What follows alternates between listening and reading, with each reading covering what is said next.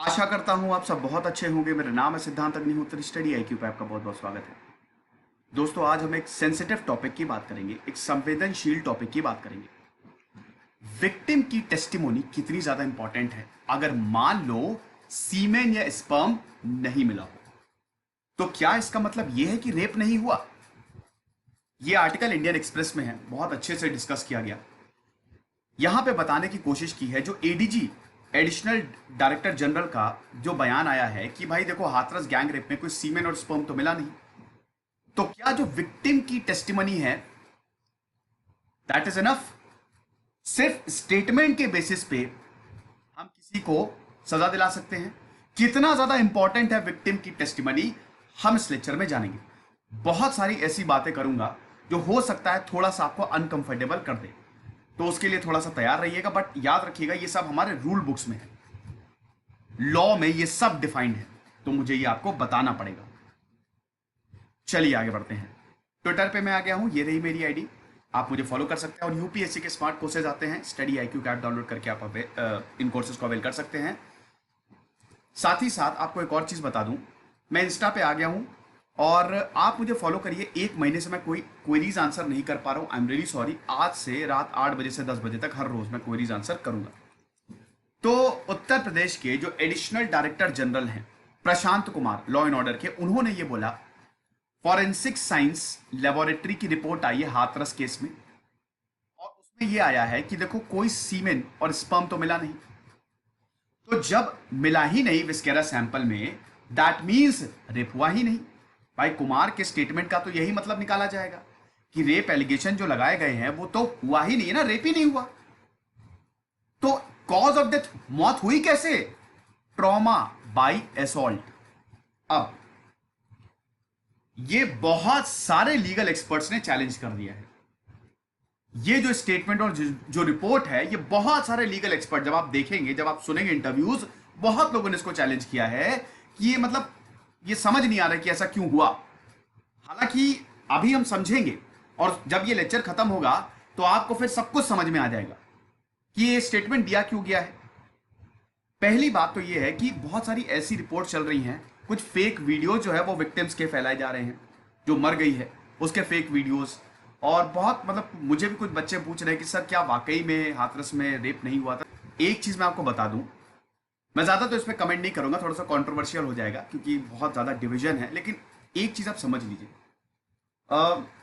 कभी भी जो सोशल मीडिया पे चल रहा है ना, उस पर मत जाया करिए। र्यूमर ऐसे फैलती हैं, फेक न्यूज ओरिजिनल से 6 गुना ज्यादा तेजी से फैलती है। मेरा सोशल डायलेमा पे लेक्चर देखिएगा, होश उड़ जाएंगे आपके वो लेक्चर देख के। बहुत लाखों लाखों लोग, बहुत अच्छा रिस्पॉन्स आया उसको, काफी लोग देख चुके हैं उसे अभी तक, शेयर भी बहुत हुआ है, तो आप जरूर देखिएगा, आपके होश उड़ जाएंगे कि सोशल मीडिया तो जो भी सोशल मीडिया पे चल रहा है, पहली बात उस पर विश्वास नहीं करें तो करना क्या है, पढ़ाई करिए। हमेशा पढ़िए, रिपोर्ट्स पढ़िए, जो लोग बोल रहे हैं, जो लीगल एक्सपर्ट, दोनों साइड की सुनिए, ऑथेंटिक पढ़िए। मैं सिर्फ आपको एक ही चीज बोलना चाहूंगा कि जिसपे जो काफी जो यहाँ पे ये सब न्यूज चला रहे हैं, एक चीज मैं बोलना चाहूंगा। 14 सितंबर को एक घटना हुई, 8 दिन बाद तो लड़की को होश आया है, इतनी बुरी तरीके से उसको पीटा गया था, और 29 सितंबर को वो मर गई है, शी डाइड। अब मुझे क्या कुछ प्रूफ करने की जरूरत है? सब कुछ आपके सामने है। पुलिस ने कितनी जल्दी अंतिम संस्कार किया, सारे सब कुछ खत्म हो गया बॉडी के साथ, तो क्या मैं बोलूं? वो मुझे बोलने की जरूरत ही नहीं है, वो सब अवेलेबल है, आप देख लीजिए। और ये मैं नहीं कह रहा हूं, ये सब लीगल एक्सपर्ट जितने भी जो भी बड़े बड़े पोस्ट पे हैं, वो सबका यही मानना है। तो थोड़ा सा आप खुद भी रिसर्च करिए कि सच्चाई क्या है। फिलहाल अब हम इस न्यूज पे वापस आते हैं, और मैं आपको जो रिकमेंड करूंगा कि जो लोग इस पे थोड़ा मानने लगे हैं कि आप पूरी केस को एक बार पढ़िए, आप देखिए कि क्या हुआ था उसके साथ, आपको खुद ब खुद पता चल जाएगा, बहुत सारी चीजें आपको खुद ब खुद पता चल जाएंगी। तो प्रशांत कुमार का जो स्टेटमेंट है वो यही बताता है कि भैया रेप तो इसका मतलब हुआ नहीं। अब रेप अगर नहीं हुआ तो फिर हुआ क्या? सबसे पहले तो हम बात करते हैं विक्टिम के स्टेटमेंट की, ये बहुत ज्यादा इंपॉर्टेंट है। चलो देखो, बहुत सारे ऐसे केसेस हुए हैं जिसमें विक्टिम का स्टेटमेंट जो है वो एक रिलायबल टेस्टिमोनी है। समझ गए? विक्टिम का statement is more than enough. मान लो लॉ में भी ये हमारे, वैसे आपको बता दो, अभी मैं थोड़ी देर में बताऊंगा कि नहीं मिला सीमेन, स्पर्म नहीं मिला, तो क्या रेप नहीं हुआ? हो सकता है उसने कुछ और तरीका अपनाया हो सकता है उसने ट्रॉमेटाइज किया हो, बहुत सारी ऐसी पॉसिबिलिटी है ना। तो विक्टिम का statement is very very important और वो रिलायबल है। और बहुत सारे ऐसे केसेस हुए हैं जिसमें सिर्फ विक्टिम के स्टेटमेंट, टेस्टिमोनी ने कन्विक्शन का सोल बेसिस बना है। किसी को अगर सजा तक पहुंचाना है, सजा दिलानी है किसी रेप, जिसने रेप किया है, जो अक्यूज्ड है, तो विक्टिम ने जो बताया है that is more than enough. और यह भी कोर्ट ने बोला है कि इस टेस्टिमनी के अलावा कुछ और नहीं चाहिए। बट ऐसे तो फिर प्रॉब्लम हो जाएगी। कल को कोई भी आके, कोई भी लड़की आके किसी के ऊपर बदला निकालना है। अभी अमन बैसला का शायद एक ऐसे ही केस हुआ है, हालांकि अभी मैंने उसको बहुत अच्छे से पढ़ा नहीं है, मैं पढ़ूंगा तो उस पर वीडियो जरूर लेके आऊंगा। तो ऐसे तो कोई भी लड़की किसी के ऊपर आरोप लगा सकती है, तो वो तो गलत हो जाएगा। अगर सिर्फ टेस्टिमनी के बेसिस पे ही सजा हो जाएगी तो भैया गए काम से हम सब। तो वो टेस्टिमनी कैसी होनी चाहिए? वो टेस्टिमनी एप्स, ध्यान दीजिएगा, absolutely trustworthy, unblemished and should be of sterling quality, 100% सत्य होना चाहिए। यह सुप्रीम कोर्ट ने बोला था Krishna Kumar Malik versus state of Haryana. अब ये कैसे होगा? ये एविडेंसेस पे होगा, ठीक है, कि जो बोल रही है पीड़िता वो सही है कि नहीं। समझ गए? अब हम आते हैं हाथरस गैंगरेप पे। देखो, कई बार क्या हुआ है कि विक्टिम ने, मैंने बताया ना कि कुछ केसेस हैं जिसमें विक्टिम की टेस्टिमनी पे ही सजा हुई है, लेकिन कई बार क्या हुआ है कि विक्टिम, किसी के साथ रेप हुआ, उसने स्टेटमेंट दिया, लेकिन लैक ऑफ एविडेंस के कारण कॉन्विक्शन हो ही नहीं पाया, क्योंकि कोई मेडिकल एविडेंस था ही नहीं। भाई, रेप को प्रूफ करने के लिए आपको मेडिकल एविडेंस देने पड़ेंगे। पेनिट्रेशन हुआ हो आपको बताना पड़ेगा, स्पर्म या सीमेन हो वो आपको बताना पड़ेगा, स्टेन्स हो, वो सब पूरा एक लीगल प्रोसेस होता है, मेडिकल प्रोसेस होता है। और अगर वो नहीं मिल रहा है तो इसका मतलब बहुत ज्यादा चांसेस ये हैं कि जो अक्यूज्ड है वो छूट जाएंगे। और कई बार ऐसा हुआ है।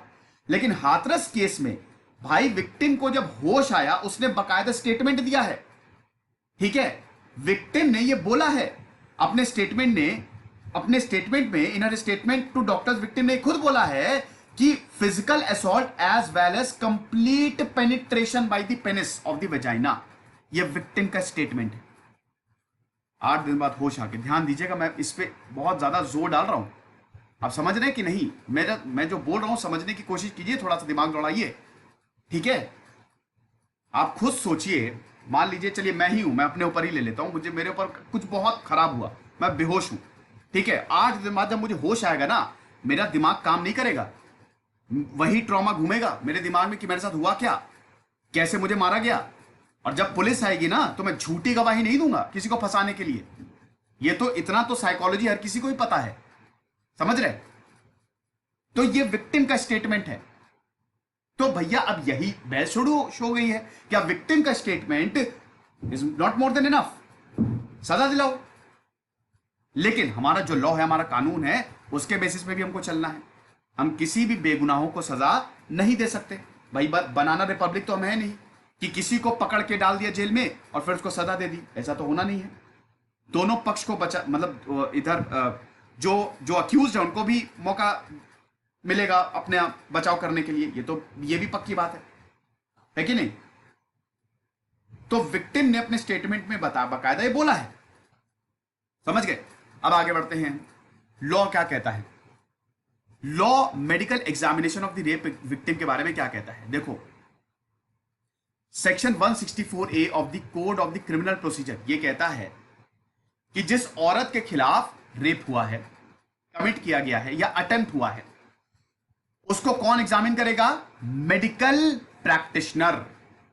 कब एग्जामिन करेगा? या तो जिसके साथ रेप हुआ है वो कंसेंट देना बहुत ज्यादा जरूरी है।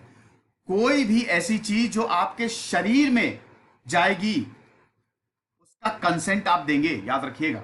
मैंने पॉलीग्राफिक टेस्ट में भी बताया था, ये कंसेंट जब तक अगर आपने ना बोल दिया नहीं होगा, कंसेंट देना बहुत जरूरी है।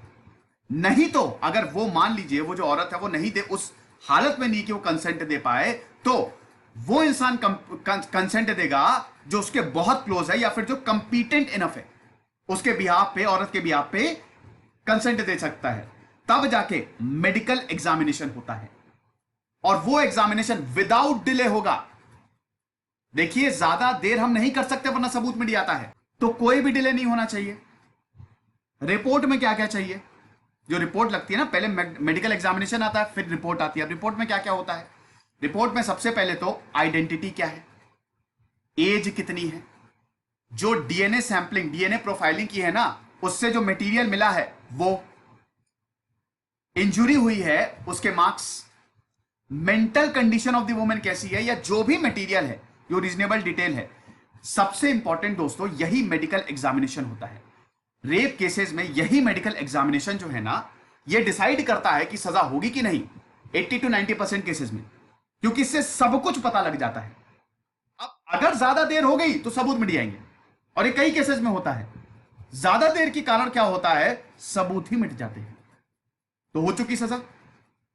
हमारे यहां यही तो प्रॉब्लम है ना। रेप केसेस इसलिए इतने बढ़ रहे हैं क्योंकि तो कानून बहुत टाइम ले लेता है। फास्ट ट्रैक कोर्ट्स में ये सब करना चाहिए, ठीक है, 1 महीने के अंदर अंदर फांसी के नीचे तो सजा देनी ही नहीं चाहिए। कॉन्विक्शन बहुत कम है रेप केसेस में, सबसे बड़ी दिक्कत ये है। आगे बढ़ते हैं। उसके बाद रिपोर्ट जो है, exact time and completion of the examination, कब हुआ है यह भी देगी। मान लो 10 दिन बाद अगर मेडिकल एग्जामिनेशन हो रहा है तो कोई फायदा है उस मेडिकल एग्जामिनेशन का? नहीं है। तो कब मेडिकल एग्जामिनेशन कर रहे हो यह बहुत ज्यादा जरूरी है। अब आप देखिए, ध्यान दीजिएगा, बहुत इंपॉर्टेंट। जो वो बोल रहे हैं ना कि हाथरस केस, हाथरस ये सब फर्जी। अब देखो, हाथरस केस कब हुआ है? 19 साल, ये घटना 19 साल की जो लड़की के साथ की गई है। देखिए, नाम लेना सही नहीं है क्योंकि जो नाम है वो गैर कानूनी, नाम नहीं ले सकते कोर्ट के हिसाब से। 14 सितंबर को यह घटना हुई, 22 सितंबर को मेडिकल एग्जामिनेशन हुआ है। कब? 8 दिन बाद। 14 सितंबर को घटना हुई, 8 दिन बाद मेडिकल एग्जामिनेशन हुआ है। समझ गए कि और भी कुछ बताऊं? क्या कुछ बताने की अब जरूरत है? Ministry of health and family welfare क्या कहती है, गाइडलाइंस क्या है, ये सबसे इंपॉर्टेंट पार्ट है। ये एग्जामिनेशन के लिए गाइडलाइंस क्या है, ध्यान से अब ये सुनिए। सेक्सुअल एक्ट जो है वो सिर्फ और सिर्फ ऐसा नहीं हो कि पेनिट्रेशन हो, पूरा पेनिट्रेशन हो। जो मेल का प्राइवेट पार्ट होता है, पेनिस जो होती है, मैंने बताया कुछ चीजें आपको अनकंफर्टेबल कर सकती है, बट यही है जो है वो आपको जानना पड़ेगा। तो ऐसा नहीं है कि पूरा पेनिट्रेशन हो, स्लाइट पेनिट्रेशन भी होता है। जो मेल पार्ट, जो मेल का प्राइवेट पार्ट होता है, उसके वल्वा से अगर स्लाइट पेनिट्रेशन भी होता है, जो आगे वाला हिस्सा होता है, हल्का सा भी पेनिट्रेशन होता है, मिनिमल पैसेज भी दिया, तो भी वो एक क्राइम में माना जाएगा। समझ गए? आपको मेडिकल एग्जामिनेशन करना पड़ेगा विथ और विदाउट द एमिशन ऑफ सीमेन। सीमेन निकला हो चाहे ना निकला हो, हाइमेन रप्चर हुई हो चाहे ना हुई हो, स्लाइटेस्ट पेनिट्रेशन भी हुआ विदाउट द कंसेंट, तो समझ लीजिए you have to examine. Medical examination आपको करना ही है। समझे? ये है regarding guidelines regarding the examination of the victim. Doctor क्या करेगा? According to the guidelines information collect करेगा। किसकी information? Post assault activities. Assault के बाद क्या हुआ है? सब कुछ खत्म कर दिया, उसके बाद क्या? कपड़े चेंज हुए, कपड़ों को क्लीन किया गया, bathed, urinated, showered, washed genitals, rinsing mouth, drinking, eating, everything, oral sexual violence, जो ड्रिंकिंग ईटिंग सब कुछ आता है जिसमें, sexual intercourse, everything will be examined. सब कुछ आपको, सब कुछ डॉक्टर को देखना पड़ेगा क्योंकि इसी में ही तो सबूत छिपा है। तो एक तरीके से जो जो प्रेजेंट है वहां पे, बॉडी पे जो भी है, हर एक चीज को आप एग्जामिन करोगे ताकि सबूत ना मिटे। यह है guidelines regarding the examination of the victim. Further क्या कहती है गाइडलाइंस? ये गाइडलाइंस ये भी कहती है कि देखो, एविडेंस 3 दिन तक आपको कलेक्ट करने हैं। 3 दिन के अंदर अंदर आप मेडिकल एग्जामिनेशन करें, क्योंकि इसके बाद जो है एविडेंस को हम फाइंड करेंगे, इसके चांसेस बहुत रिड्यूस हो जाते हैं। तो आपको एविडेंस 72 आवर्स 3 दिन तक, वरना मैक्सिमम अगर मान लो ये नहीं पता, विक्टिम को यही नहीं पता कि उसका रेप कब हुआ है, तो 4 दिन तक मतलब 96 आवर तक आपको एविडेंस कलेक्ट करने ही है। कुछ भी करके आपको एग्जामिनेशन करो, वरना एविडेंस के चांसेस जो है वो रिड्यूस हो जाएंगे। गाइडलाइंस ये कहती है ना कि स्पर्मेटोजोआ जो है इट कैन बी आइडेंटिफाइड 72 घंटे के अंदर अंदर। जब असॉल्ट हुआ है उसके 3 दिन तक आप स्पर्मेटोजोआ को आइडेंटिफाई कर देते हैं, कर सकते हैं, वरना फिर उसके बाद फिर कुछ इसका रिलेवेंस नहीं होता है। तो मतलब 4 दिन के अंदर अंदर आपको सारे प्रोसेस जो है वो पूरे करने पड़ते हैं। हाँ, ये अलग बात है कि जो आउटसाइड दी बॉडी एविडेंसेस होते हैं उनको आप 96 घंटे के बाद भी कलेक्ट कर सकते हैं, लेकिन जो मेन एविडेंस है स्पर्मेटोजोआ हो गया और proper medical examination inside the body हो गया, जो मैंने अभी आपको बताया, वो आपको 72 घंटे के अंदर ही अंदर करने होते हैं, वरना फिर बहुत बड़ी प्रॉब्लम हो जाती है। और काफी केसेस में ऐसा हुआ है कि इतना डिले हो जाता है कि दिक्कत। अब आप कनेक्ट कर पा रहे हैं कि नहीं हाथरस गैंग रेप से? अभी जो मैंने डेट बताई थी कब हुआ, सब कनेक्ट कर रहे हैं ना? सब करते रहिएगा कनेक्ट। आपको सारे सवालों के जवाब जो है वो इस लेक्चर के अंत तक मिल जाएंगे। और ये सरकार की गाइडलाइंस है, तो मुझ पे मत चिल्लाइएगा। ये सब भैया हमारे कानून में लिखा है, लॉ में लिखा हुआ है। मेरे वर्ड्स नहीं है ना? ये सब रिकॉर्डेड है। ठीक है, चलो आगे बढ़ते हैं। अब लॉ में रेप को कैसे डिफाइन किया गया है, बलात्कार को कैसे डिफाइन किया गया है? Section 375 of the IPC, Indian penal code. कोई भी इंसान है, अमैन, जो मर्द है, उसने तब रेप माना जाएगा वो कि अगर किसी भी औरत के साथ की बॉडी को उसने पेनिट्रेट किया। कैसे पेनिट्रेट करेगा वो? अपनी पेनिस जो है वो वेजाइना में अगर पेनिट्रेशन हुआ, जरा सा भी पेनिट्रेशन हुआ, माउथ, यूरेथ्रा या फिर एनस में अगर हुआ तो, या अगर पेनिस नहीं कोई भी ऑब्जेक्ट इंसर्ट किया गया, that will be considered as rape. समझ रहे हैं? इनफैक्ट अगर जो मर्द है वो अपना माउथ भी, अपना मुंह भी अगर वेजाइना एनस यूरेथ्रा में ऑफ अ वुमेन लगाता है तो भी that is considered as rape. ठीक है, ये हमारे लॉ में सेक्शन 375 में ये पूरा कोट है, दिया हुआ है। तो रेप के लॉ तो मतलब जो हमारा कानून है वो इतना ज्यादा सख्त है, लेकिन डिले इतना हो जाता है कि प्रॉब्लम हो जाती है। ध्यान दीजिएगा, against the will of the women, अगर सब कुछ कंसेंट से हो रहा है तब तो कोई प्रॉब्लम है ही नहीं, तब फिर क्यों प्रॉब्लम होगी?